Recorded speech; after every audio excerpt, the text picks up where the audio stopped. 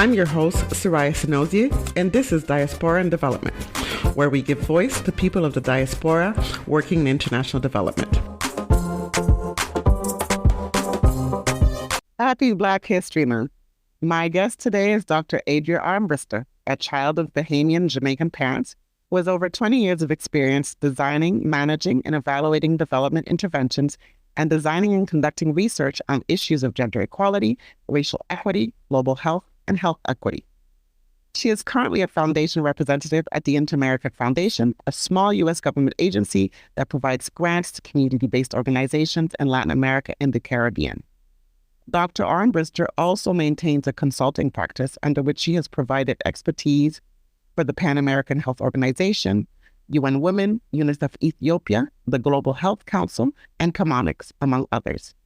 Adria has also been an instructor in the Department of Epidemiology at the Mailman School of Public Health, Columbia University in the city of New York.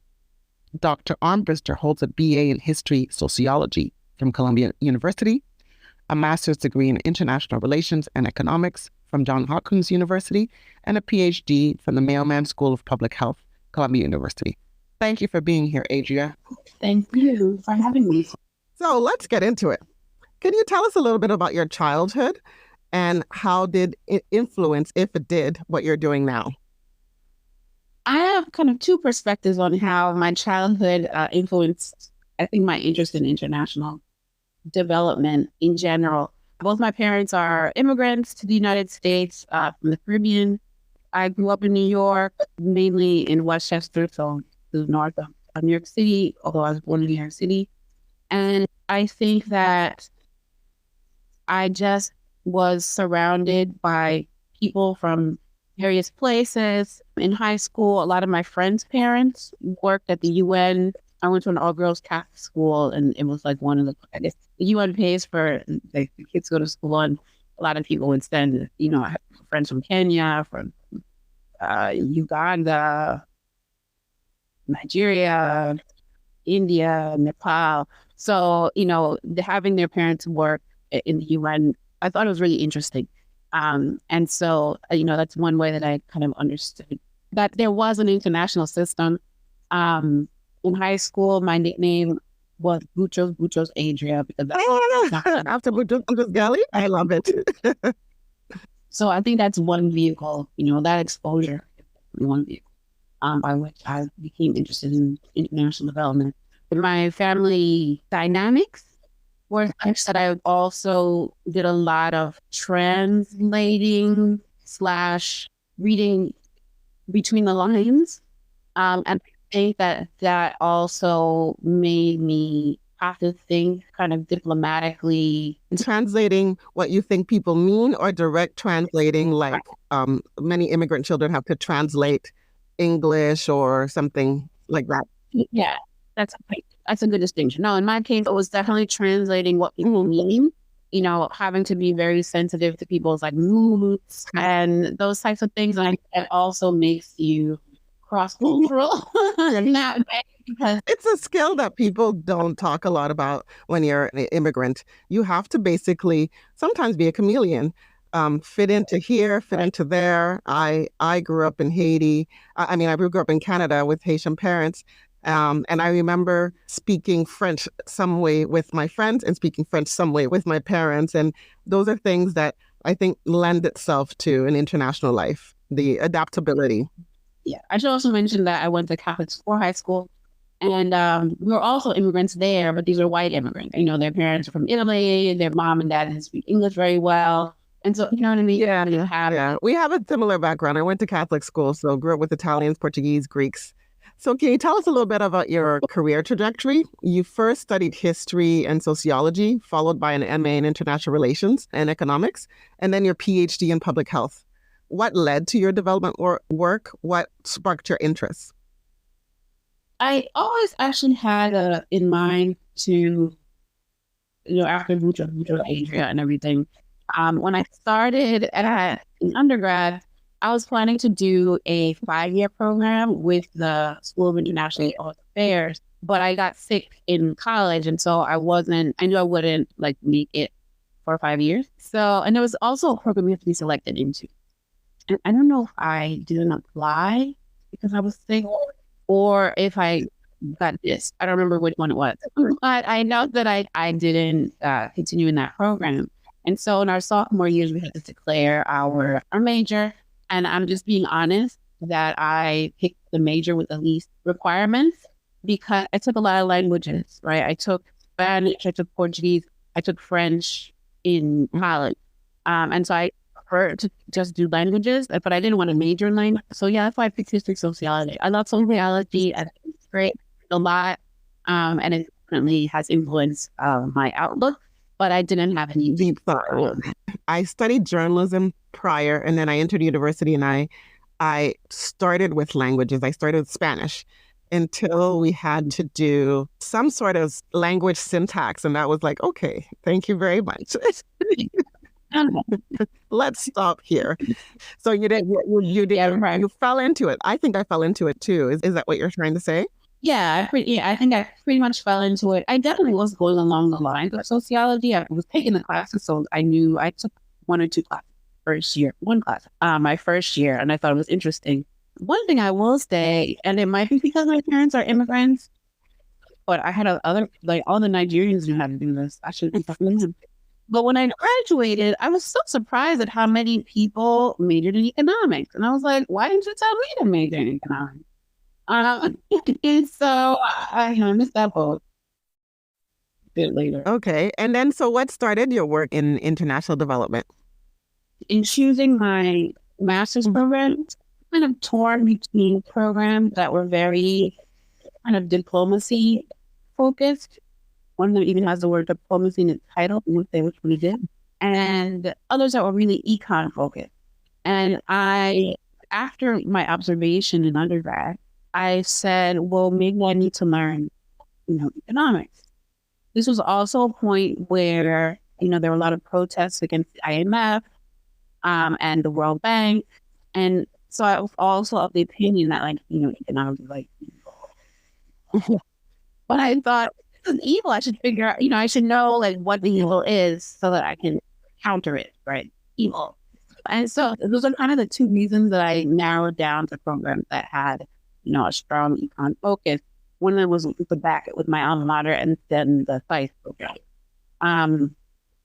But being at SICE, I kind of started to understand, okay, I may not like it, but this is what runs the world. It was kind of like understanding, what the world really is, not an idealistic version of what it should be.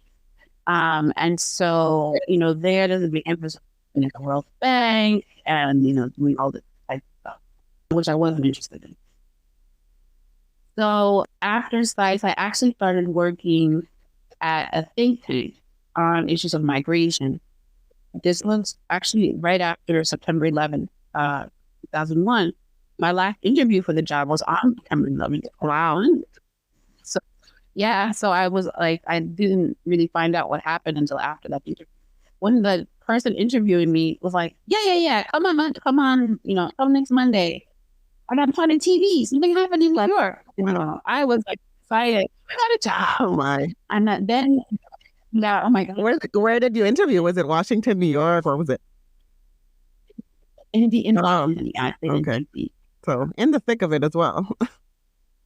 Yeah. And that's actually what we ended up working on. When I went into the think tank, we worked on, North American borders, how to secure the borders, keeping a pro-migration stance, right? We were a think tank that was really interested in detailing, what are the contributions of migrants to the United States and how do we make sure that we're getting, the right people rather than just closing the border to all migrants. So that was a great experience, but I felt like, it was very academic as things are, and I didn't feel I was getting a lot of experience actually in other countries, and so I had that kind of in the back of my mind. During that time, I also got sick again.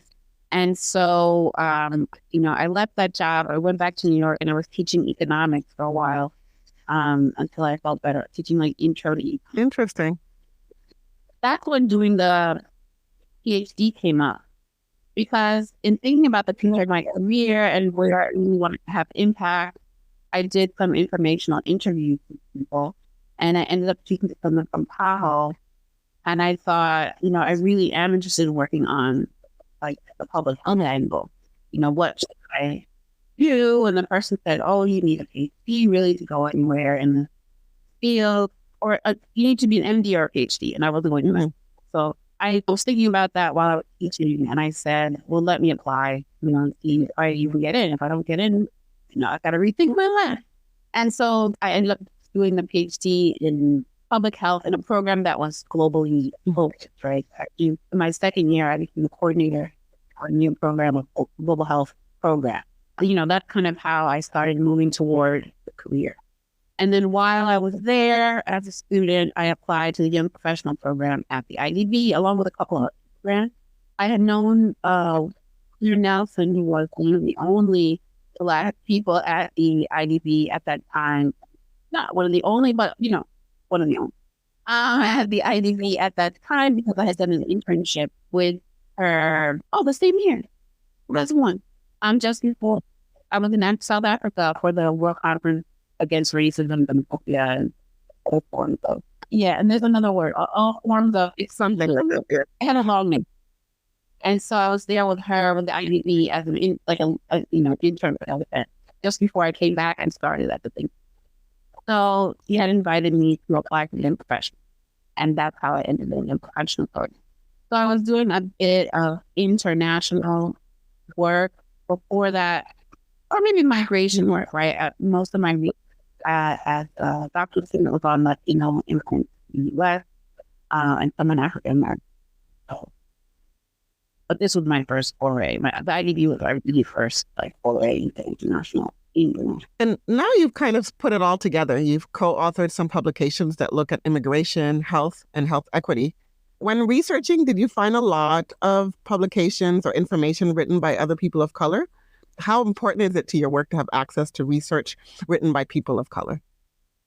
Part of the reason that I wanted to leave migration and the migration space is that there were no people. I was there as like a peon who does all of research. I don't remember what the title of that was.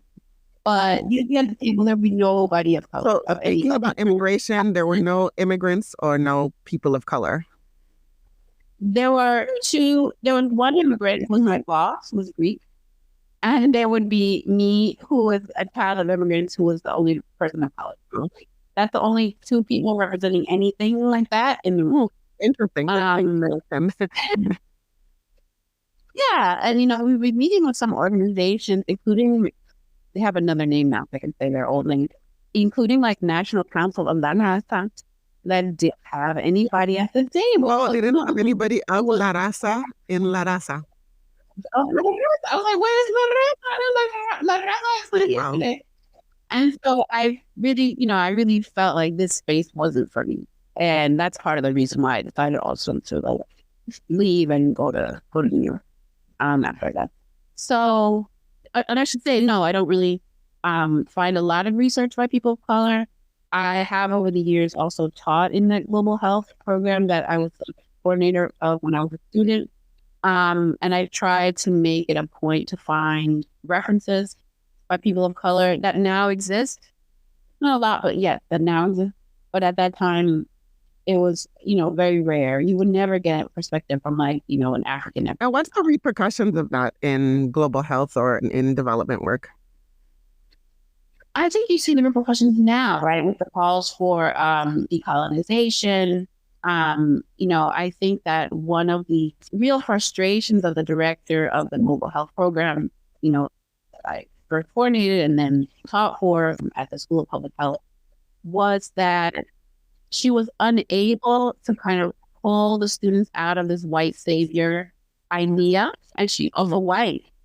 But she was like, what am I doing wrong that they keep saying crazy things to me? And, we attempted to try to have more country contact. We attempted on public health and society, right? But people don't know the history of the places where they're working, or people don't understand the sociology of the places they're working. We tried that, but they would come and they would say like, oh, they don't really care about whether their children die. They have a lot of kids. Oh, wow. Okay. And, she would be passed out on the floor. And then I would be like, oh God. And so I think that that's what they need, right? We bring in speakers, and the guest speakers would speak in the same way. The guest speakers would mostly not be from, the country either. They were, white Americans usually, with this. And so, yeah, I think that's the consequence, right? You replicate people with this white savior complex, feel that their mere presence is benefiting the community. I think there are a lot of guided programs that we saw, a lot of programs that cause harm to, I saw over the years that were rolled out by the faculty at the school.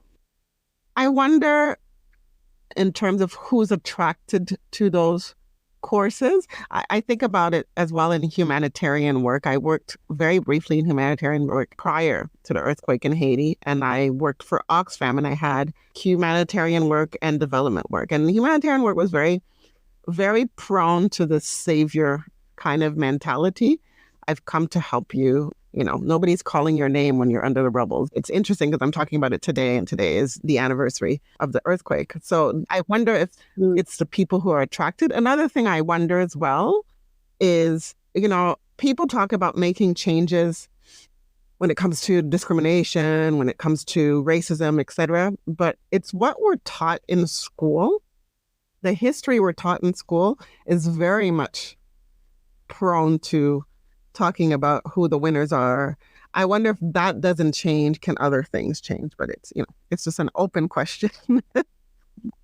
Yeah, that's why I think that, at least at the college level, right, you would hope that you'd be able to teach better history. I don't think anyone in high school, as far as I know, unless you go to like a high school that's deliberately going to teach you history of Africa, you're not getting any, right? I got that in college. And just as a fun, we had like a core curriculum that we had to study, which had, Western civilization and stuff like that. And they started allowing you to also take kind of Asian civilization, African civilization. And so I took African civilization course in undergrad. And in the other section Lauryn Hill was in the other section. Wow. And you'll hear our whole syllabus in the score. Basically, I don't know if she's studying. Wow. Yeah, it's interesting. I think the first time I heard about Israel and the Middle East was in university, and I was floored. I was like, oh, this is how? So yeah, we don't learn. Some of these courses are electives, so it's a long road. Tell us a little bit about your research work. Research for me has been really kind of difficult.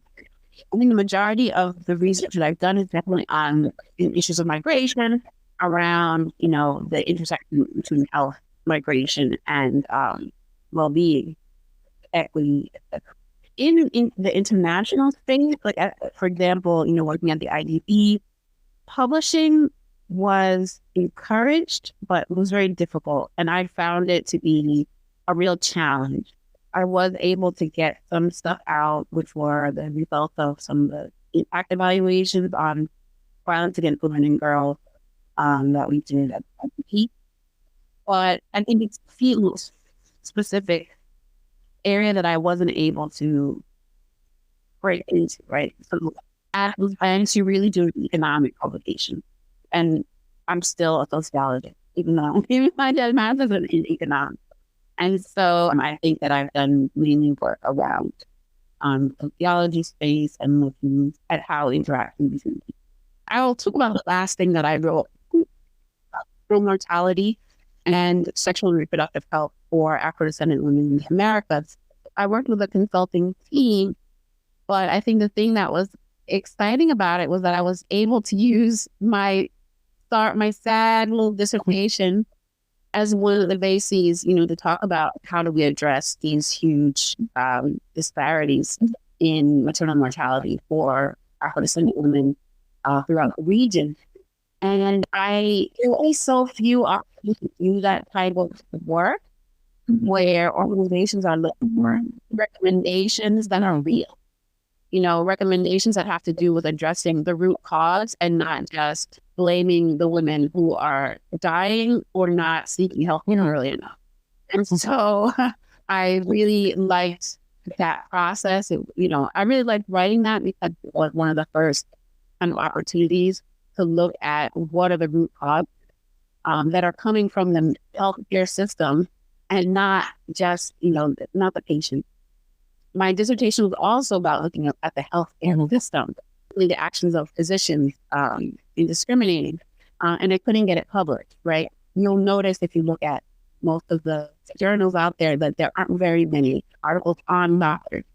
The articles on patients and what the patients have or have not done right. Yeah. So I thought I was happy to have it up. Cool. I mean, yeah, it's interesting. How can you change the system if you only look at one part of it? It's interesting. What excites you the most about development work, and what discourages you the most? What excites me the most now is seeing that when I'm on like panels or events, or when I am on a consultancy, to work, because I also work outside my practical job, that they're looking for someone from the countries that we're talking about to be on a team. So I'm actually really excited that, I, as an American, could be not considered appropriate for a job. It's a weird thing to be excited about, but it's, going back to that migration table, like none of those people should have been there, or maybe two. And so I think that that's exciting to me if that continues, that they're looking for like the appropriate people to be discussing, important issues around development. And also, my current position, I work in philanthropy now. And the model is that the organizations come to us with their ideas about how and what they want to develop their community, right? And I think that's also exciting. That Houston has, bureaucracy, et cetera, behind it. But I think as more and more like philanthropic organizations try to take on that ethos, and as we're also working on issues of community philanthropy, right? As communities are money together to do what they want to do and don't have to, deal with people on the outside trying to tell them what their priorities are. I think that also excites me, that could really be a mechanism for empowerment. I don't know, but you know what I mean? I'm trying to know for people to take back their power and not put it in the hands of someone who has a lot of money. That's probably feeling from them. Cool. And what discourages you? What discourages me is the bureaucracy that makes doing the things that are exciting difficult or impossible. And so, not even just the levels of like, you need to ask permission from this and that person, but also kind of the mindset that closed doors to what we could do in community. I try to tell my grantees who are like overly thankful, I'm like, I'm sure that it was stolen. I'm like dug up all the oil underneath. So don't be too thankful. You know what I'm saying? Like be like that, fine. It's yours. Use it.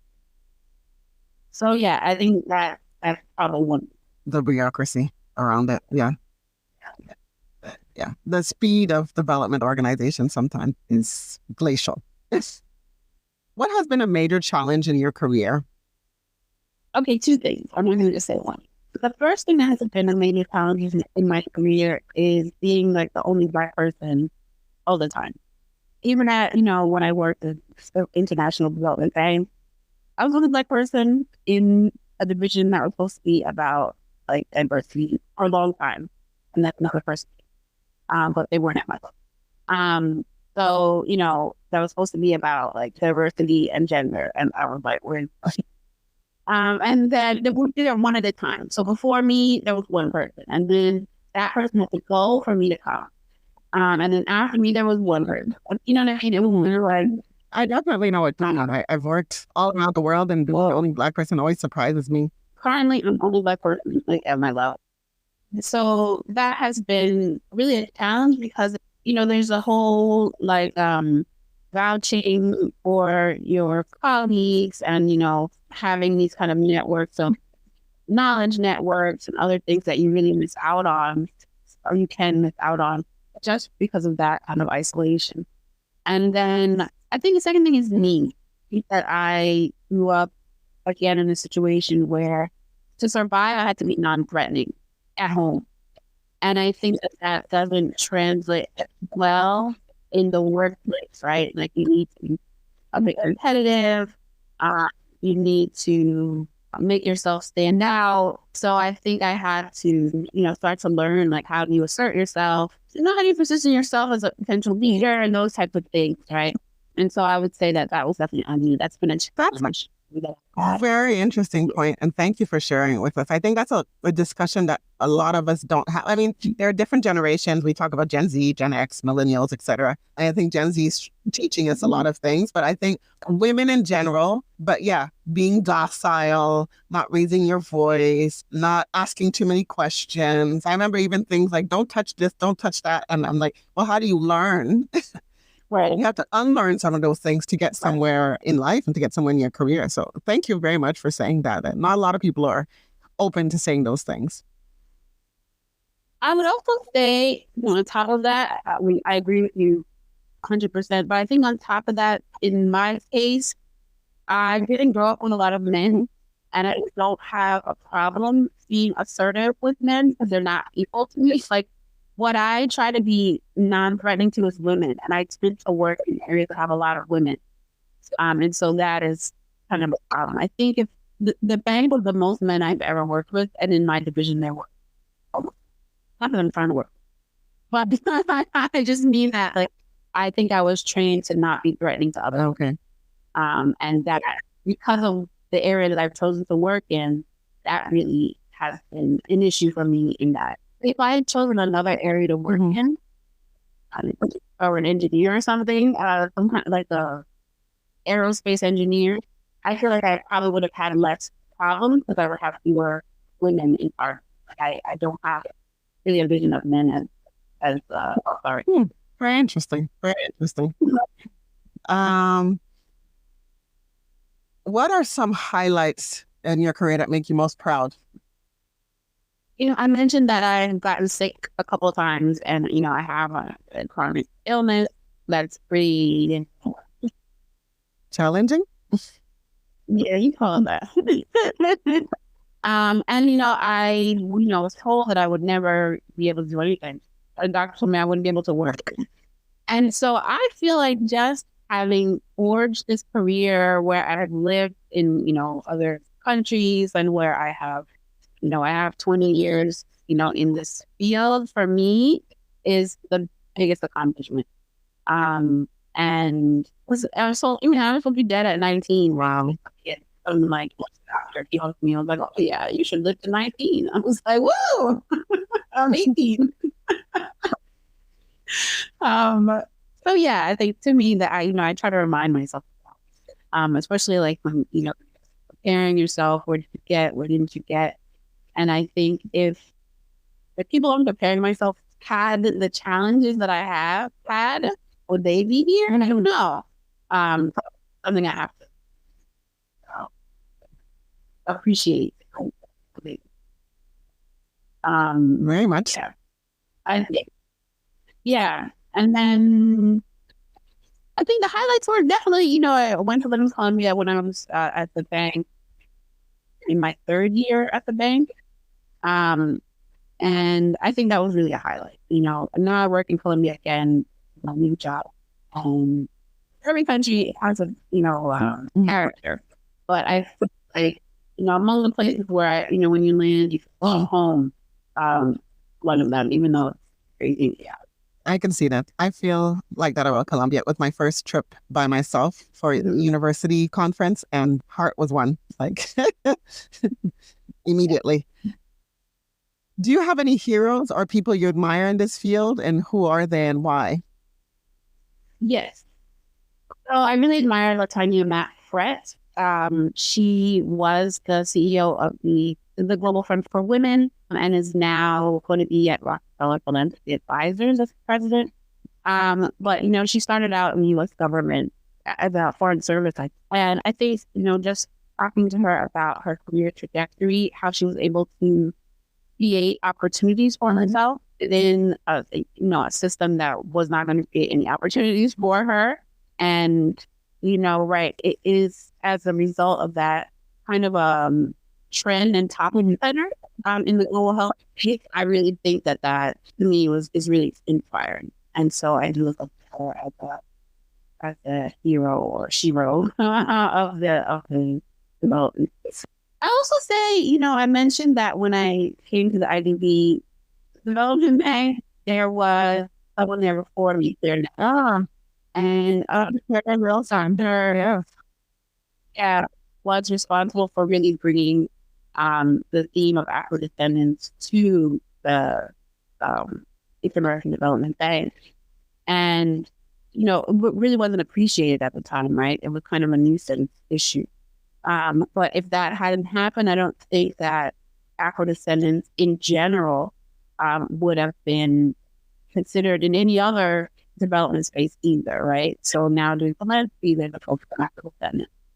And so I really think that her work on that in the 90s and early 2000s was groundbreaking, not outside of the bank even. And so I feel like that's really an important, shero that we have in the space as well. Is there a piece of advice you could give to listeners who are just starting in this field? The first piece of advice is stop worrying about your career.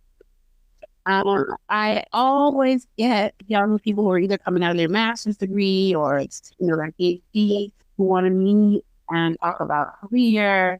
And like the first question is, what do I do with my...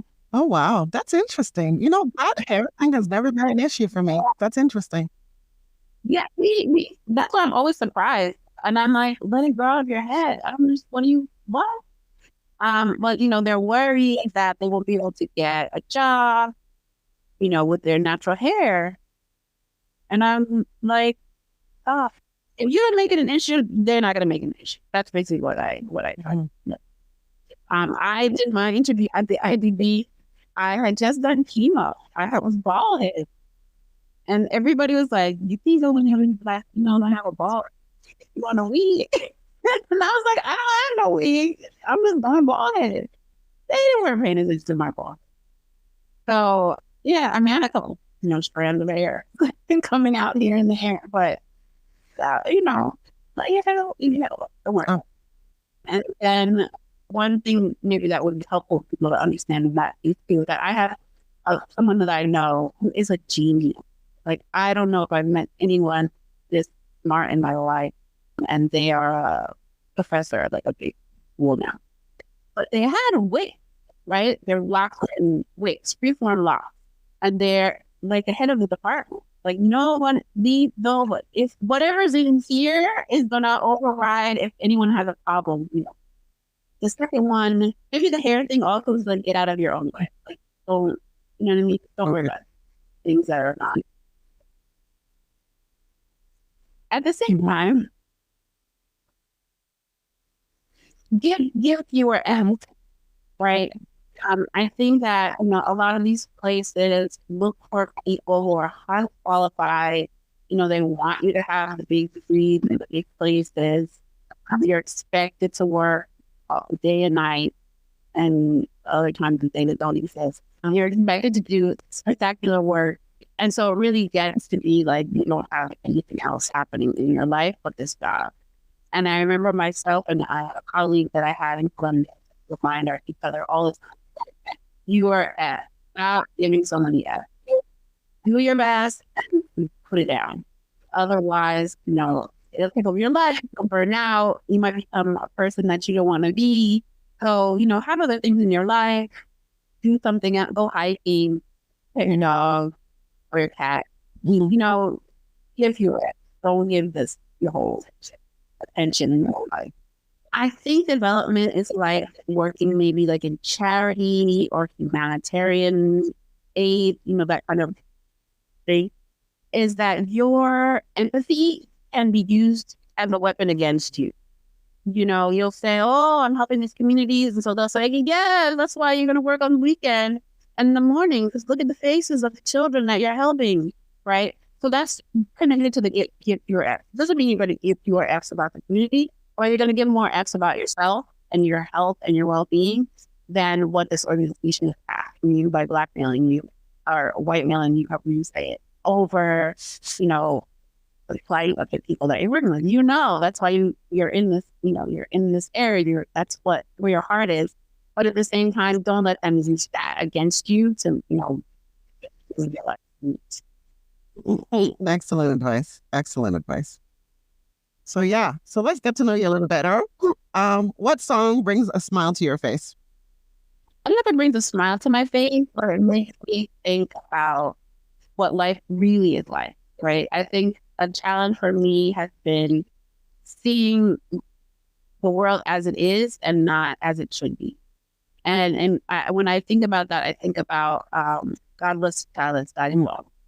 Well, I think about that, and I think about another song that I've never heard, but a friend of mine used to always talk about, and it said, "Nobody loves me but my mama, and she could be jealous." And so I think both of those, really speak to the fact that like you have to do it for yourself. I think entitlement, or feeling like this person is always going to be there to help me, or I'm in this division, and my boss said that he was going to do X, Y, Z. Don't rely on have your plan for where you want to be, in the next few years. Have your strategy for how you're going to use the job to get to the next job. Like, your job does not love you. If you leave, they won't find somebody else to do your job tomorrow. So rely on yourself and maybe your family. Yeah. So those are I really like the second one. Don't know. It's a blues song. It's a good one. It's a good one. And I think people can, what I love about blues songs is you can make it up. Nobody loves me but my right. She be jiving too. Gotta wake up at 9. Got lots to do. Many things. What's on your bucket list? One thing on your bucket list that you haven't done? I wanted to work in like every sector, right? Doing this type of development work. So I worked in public sector, like as, multilateral. I work now for my own country's government. I've worked in like academia, think tanks, and I have never worked in the private sector. And I don't know if I want to, but it's kind of on my list to do something. I don't know. Anyway, yeah, that's on my list. Thank you very much, Adria. Thank you. Thank you very much.